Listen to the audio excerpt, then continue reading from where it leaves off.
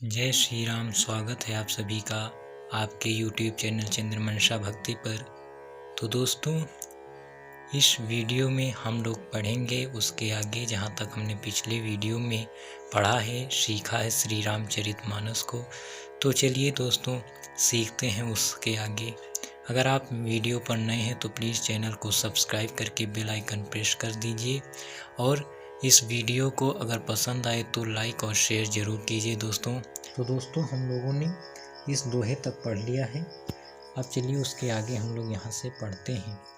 दोस्तों, माता उमा का जन्म हुआ था हिमाचल के घर में। तो दोस्तों, उसके आगे हम लोग अब पढ़ेंगे और समझेंगे। सरिता सब पुनीत जल बहाही, खग मृग मधु पशुखी सब रहाही। सजग बयरु सब जीवन त्यागा, गिरि पर सकल करही अनुरागा। सारी नदियों में पवित्र जल बहता है और पक्षी पशु भ्रमर सभी सुखी रहते हैं। सब जीवों ने अपना स्वाभाविक वैर छोड़ दिया और पर्वत पर सभी परस्पर प्रेम करते हैं। दोस्तों, नदियों में पवित्र जल, पशु पक्षियों में आपस में कोई वैर नहीं है और सब प्रेम पूर्वक रह रहे हैं। सोह शैल गिरि जाग्रह आए, जिमि जनु राम भगति पके पाए। नित नूतन मंगल ग्रह तासु, ब्रह्मादिक गावहि जसु जासु। पार्वती जी के घर आ जाने से पर्वत ऐसा शोभायमान हो रहा है जैसा राम भक्ति को पाकर भक्त शोभायमान होता है। उस पर्वत राज के घर नित्य नए नए मंगलोत्सव होते हैं जिसका ब्रह्मादि यश गाते हैं। दोस्तों, माता पार्वती के जन्म के बाद वहाँ पर अनेक प्रकार के मंगल उत्सव भी होते हैं और बहुत ही शोभायमान वहाँ पर सुंदर वातावरण बना हुआ है।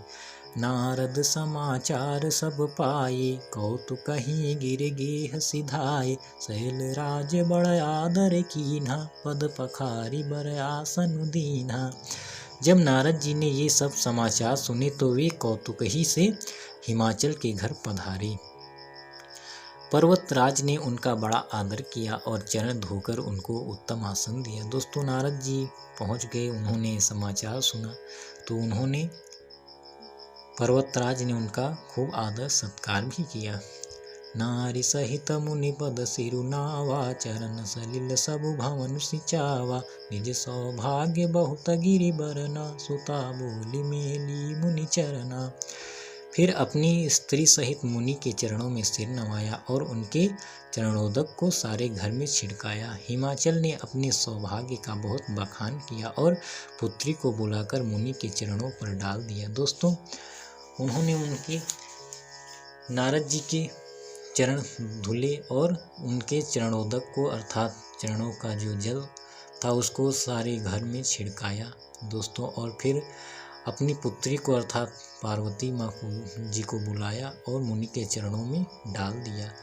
त्रिकालज्ञ सर्वज्ञ तुम, गति सबर सर्वत्र तुम्हारी। कहूँ सुता के दोष गुण, मुनि बर हृदय विचारी। और कहा, हे मुनीश्वर, हे मुनिवर, आप त्रिकालज्ञ और सर्वज्ञ हैं, आपकी सर्वत्र पहुँच है, अतः आप हृदय में विचार कर कन्या के दोष गुण कहिए।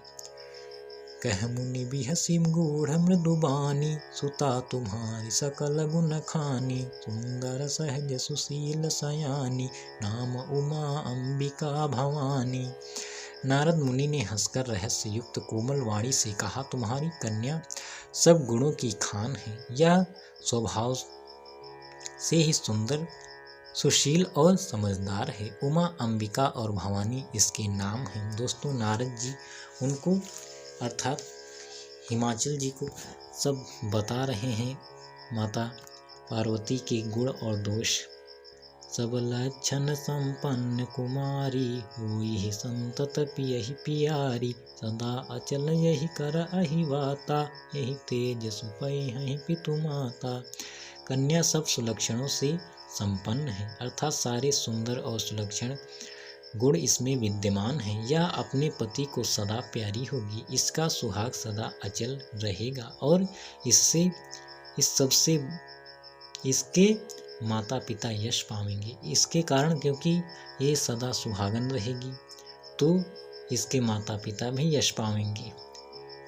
होई ही पूज्य सकल जग माही, यही सेवत कछु दुर्लभ नाही। यही कर नाम सुमिरि संसारा, प्रिय चढ़ी है पतिव्रत असिधारा।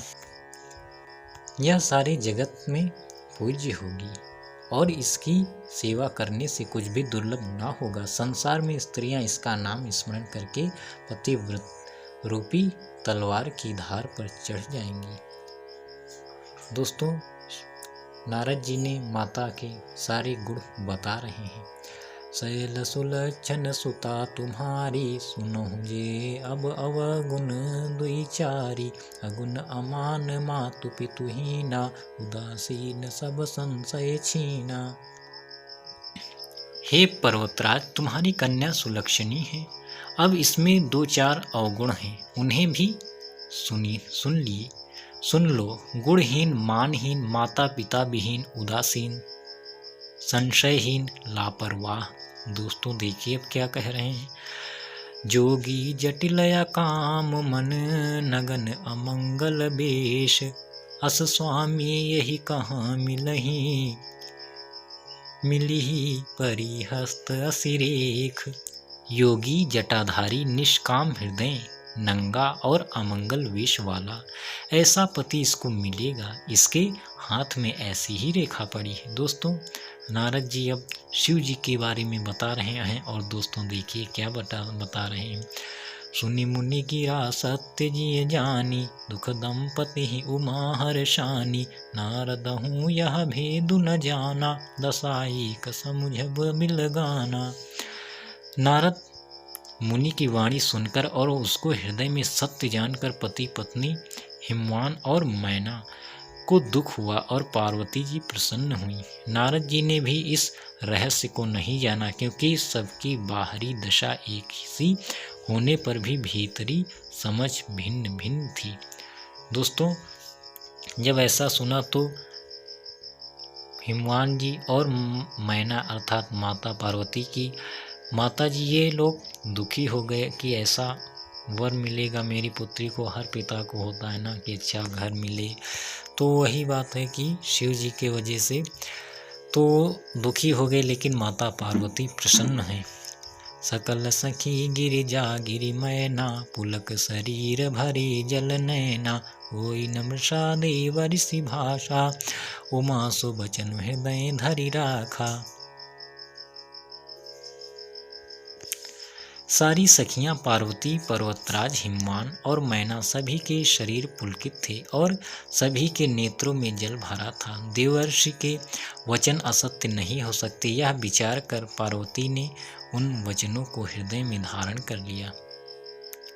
दोस्तों, सबके हृदय पुलकित थे, नेत्रों में जल भरा है और देवर्षि नारद के वचन कभी झूठे होते नहीं हैं। इससे माता पार्वती ने उनको अपने हृदय में धारण कर लिया। उपजो शिव पद कमल सनेहु, मिलन कठिन मन भाषण देहु।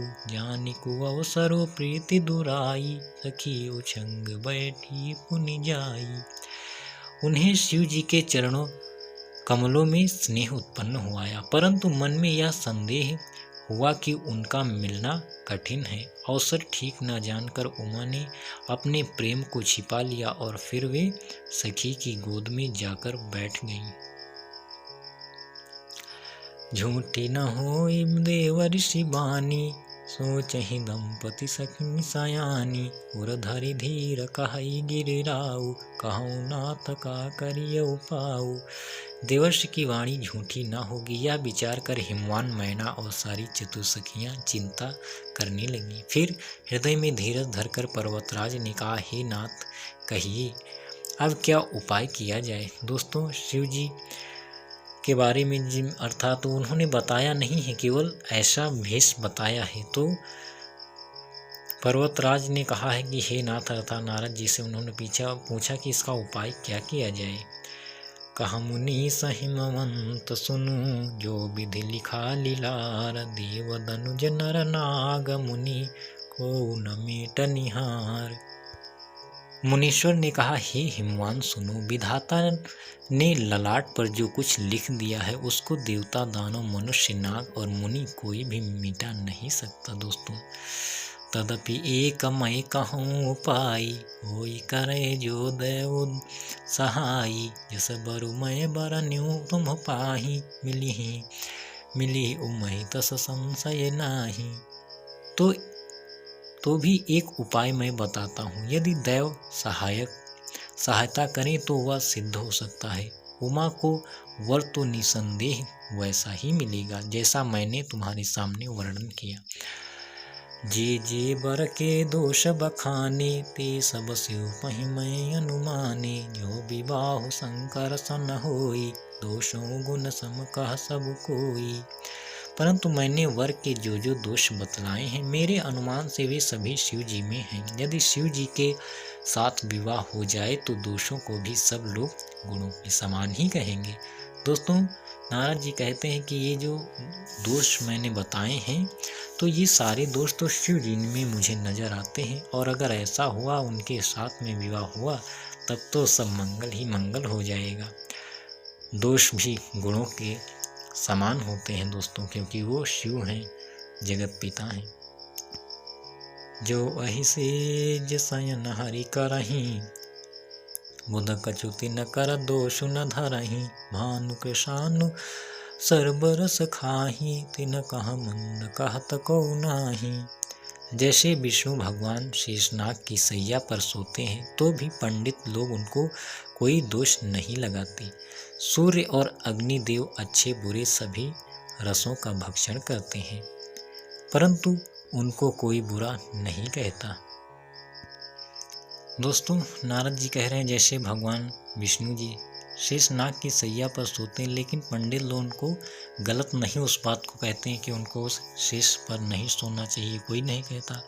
और सूर्य हैं, देव हैं और अग्निदेव हैं, ये अच्छे बुरे सभी रसों का, मतलब कुछ भी हो, सूर्य के ताप से भी वो चीज़, मतलब उसका सारा रस निकल जाएगा, और अग्नि में भी। तो दोनों ये नहीं देखते हैं कि वो कैसा है, अच्छा है या बुरा है, परंतु उनको कोई बुरा नहीं कहता।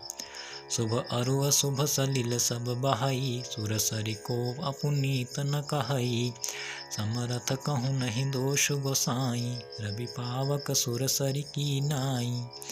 गंगा जी में शुभ और अशुभ सभी जल बहता है, पर कोई उन्हें अपवित्र नहीं कहता। सूर्य, अग्नि और गंगा जी की भांति समर्थ को कुछ दोष नहीं लगता। दोस्तों, गंगा जी में तो पता नहीं कहाँ कहाँ का जल आता है, लेकिन अगर वो गंगा में मिला है तो पवित्र है, वो अपवित्र नहीं माना जाएगा। दोस्तों, उसी प्रकार कह रहे हैं कि सूर्य, अग्नि और गंगा जी की भांति जो समर्थ है, अर्थात सब गुणों से संपन्न है, उसमें कोई दोष नहीं होता।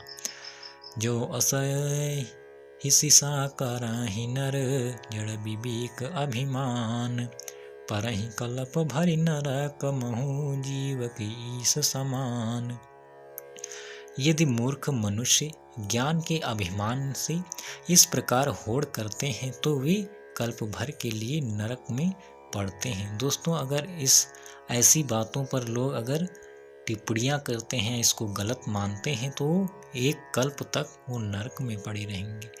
भला कहीं जीव भी ईश्वर के समान सर्वथा स्वतंत्र हो सकता है? दोस्तों, जो जीव है वो जीव रहेगा, वो कभी ईश्वर की तरह स्वतंत्र नहीं हो सकता, वो सर्वथा स्वतंत्र नहीं हो सकता। दोस्तों, आज के अध्याय में बस इतना ही। आगे का अध्याय हम फिर पढ़ेंगे। तब तक के लिए जय श्री राम, नमस्कार।